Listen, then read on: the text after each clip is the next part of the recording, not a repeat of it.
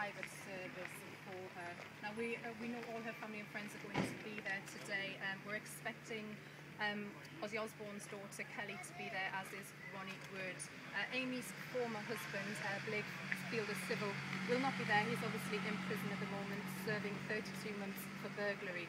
Now, Jewish tradition states that a body should be buried as soon as possible after a death. The family have had to wait for an autopsy to be carried out.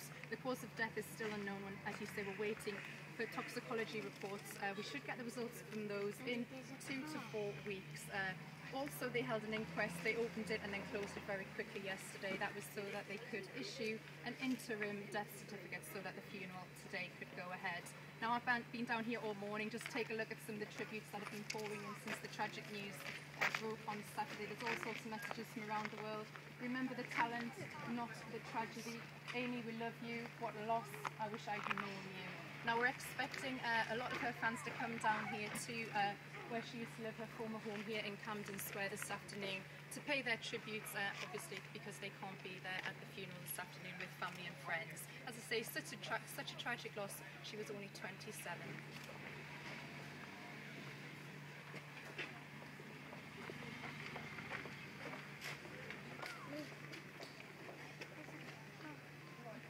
Well, that's it. I mean, originally when she's only really released 2 albums. That was Frank and then Back to Black. Back to Black went on to sell 10 million worldwide. It was actually one of the best albums we've seen since the 1970s. People like George Michael have been tweeting about that. He and Adele have been leading the tributes over the last few hours. People will be rushing out and buying it on iTunes, and we're expecting her records to go in at #1 by the end of the week.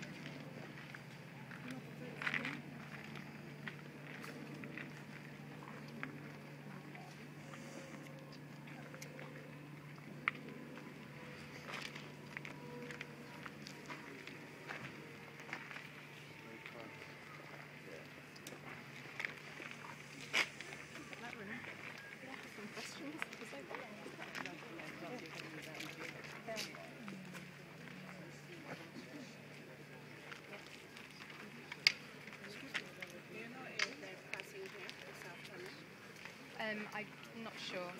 I know they came yesterday, but they've got 3 things to be able to do.